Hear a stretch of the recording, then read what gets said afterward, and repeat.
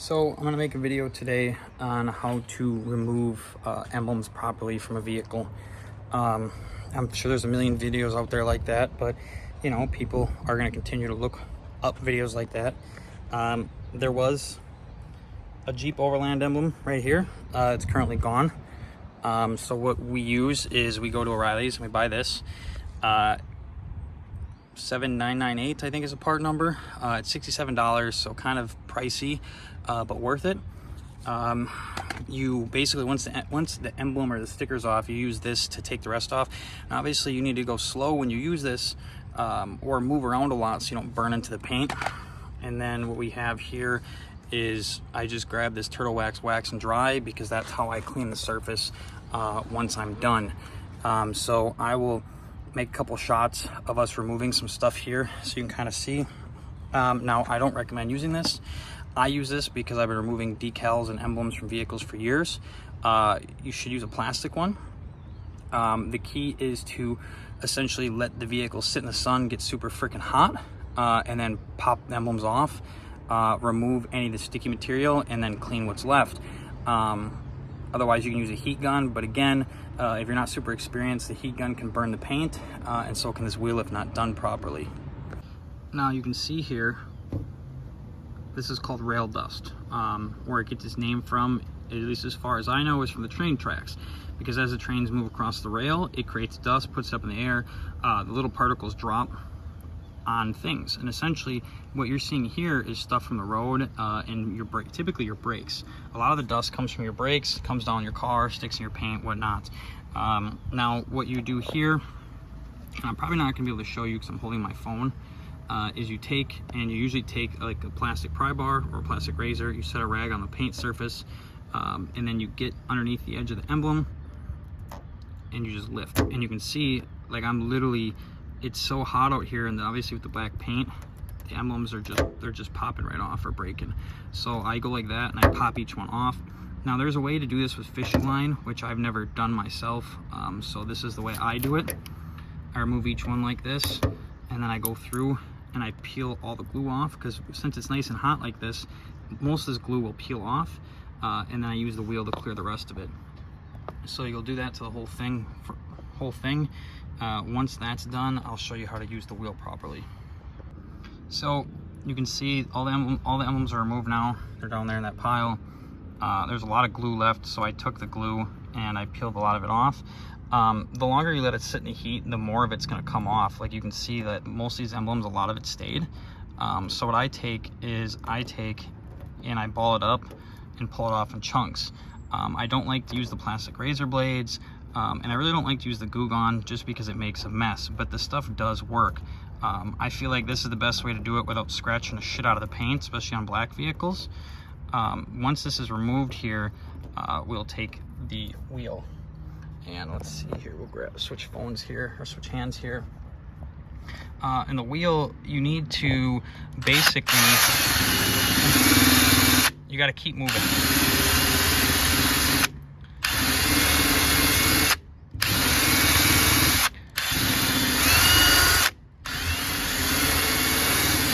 So I'll hit a letter like that, and I'll do the whole thing, and then I'll spray it with wax and clean it off. And then I'll see where there's still lines and variations, and I'll do it again. And it might not get it perfect. Like you can see the O here, you know, this vehicle's got 180,000 miles on it, so this might not be perfect. But what you will notice, and I don't know if you'll be able to see it on the camera, is see all this crap here? This is from the emblem being here, because every time you go through a car wash or wash it, it doesn't clean around the emblem as properly because stuff gets caught on there. So what we're gonna do is we're gonna clean all this off, and you might even take the wax wheel and kind of lightly go down a little bit and take all these watermarks and all this crap off in material or whatever, and then re-wax it. Okay, I went over it once already. Let's see if I can get the camera to pick this up properly. Maybe if I put my hand in it. That's hard to see, but you can see here the letters all the way down, okay? Now this was once over, so now I'll hit it and I'll get rid of these spots. I don't know if I'll be able to you can kind of see these letters here. Once I waxed it, now it's hard to get it on camera. But now there's all the little rust spots and lines, so I'm gonna go through with the wheel again, but I'm gonna keep it flat. I'm gonna re-go over this spot, and every couple times I go over it, I'm gonna wax it and clean it off and keep doing it and seeing how much I can clear this up. Okay, so you can see where it says Grand Cherokee still, okay? So it's nice, and you can still feel the logo, okay? Now what it ends up being with this car is that the person took care of the car. There's no rust, everything like that, but they didn't really take care of the paint that well. So there's actually lines here and damage to the clear coat where it actually has rust in the clear coat from the rail dust and shit building up. You can kind of see the letters, okay? So I went over it a few times, I cleaned it up. Okay, don't get me wrong, it looks good. It looks a hell of a lot nicer with all that crap on the side, but it also means that I'm gonna have to get a cutting compound and a buffer in order to properly clean that paint up there.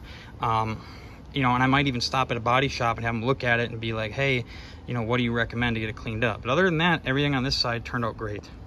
Now I'm moving around and I'm gonna do the back of the vehicle here. I'm gonna do the overland badge, 4x4 Ecodiesel, and the dealership badge, and then I'll go to the other side and I'll do the other side, and then I think there's a Jeep on the hood and I'm going to do that as well. The only badge that's staying is this one because it's inset. I can't do anything about this badge. I do think there's an aftermarket one I can get maybe that'll look a little bit better than this chrome Jeep logo, but now keep in mind the tailgates are typically worse shape than any other thing from the dust being kicked up from underneath when you're driving into the air pocket and landing on here. So just be careful as well, but that literally should be it. That's everything that I've showed you is all you really need to do. Also keep in mind, you don't have to get this crap off all the way to do this. You can still go right over this stuff and take this stuff off. Just make sure that you don't go too fast and you move around constantly. That way you don't burn the paint, okay? So you don't have to get this stuff, peel this stuff off. You can use the wheel for all of it. A couple more tips here. You can see this side was in the shade, and the decal material, and ignore, I just moved, so ignore my fingernails, people. I gotta get fingernail clippers now.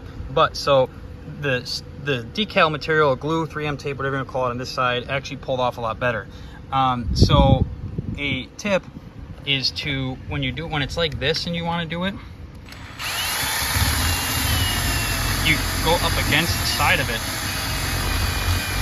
and knock it off instead of going over the top, because then it's less likely to stick to the paint. Obviously doing this one-handed wasn't so friendly, but it'll throw a lot of it on the ground instead of sticking it to the paint. So keep that in mind. Okay, ladies and gentlemen, she's done. No more Jeep on the front. No more Grand Cherokee. No more 4x4 Ecodiesel Chrysler World. No more Overland. No more Grand Cherokee over here. No more Overland on this front fender. And I mean, look how much nicer it looks. It should be one of the first modifications on almost every vehicle is getting the emblems removed. It just makes everything look that much better. Okay, so to recap for everyone that stayed for the whole video, obviously you're the real MVP because no one ever watches the video till the end. With that being said, I don't even know where the camera is, I think it's over here. Okay, with that being said, this is what you need.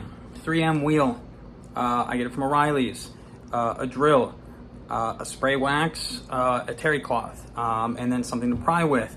If you are not that good with your hands, or if it's your first time, I recommend a plastic pry tool for interiors. You put it underneath the edge of the emblem and you start slowly peeling it up, and as you're peeling it up you can push it in a little bit farther and pop it without denting the surface. Don't just grab the corner and rip it off, because you could put a dent in your door or your fender.